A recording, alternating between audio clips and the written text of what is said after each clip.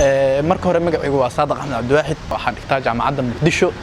kulliyadda aan barto waa Medicine Department of Medicine and Surgery waxaan u mahadcelinayaa shirkadda Hormuud Telecom iyo mu'assasada Hormuud Foundation oo inaga caawinayso waxbarashadeena maanta waxay noo dhameystirtay agabkii ay noo balan qaaday laptopkana la siiyo wuxuu naga caawin doonaa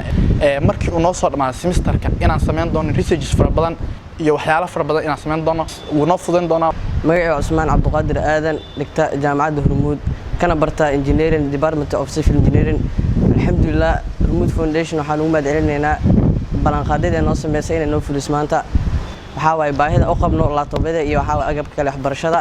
kaas maanta noo soo dhameystirtay ilaa maadiisa waxaan u mahadcelinaynaa Hormuud Foundation oo noo suurtagelisay hamigeena bismillahir rahmaanir rahiim maanta waxaan qaybinay 30 laptop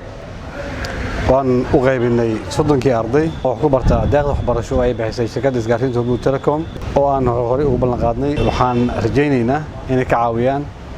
waxbarashadooda xagga mataqaana homework maadaama waxbarashada ay maanta u badan tahay waxa loo yaqaan mataqaana online ama digital waxaan uga baryaynaa Allah subhanahu wa ta'ala inuu waxbarashada u fududeeyo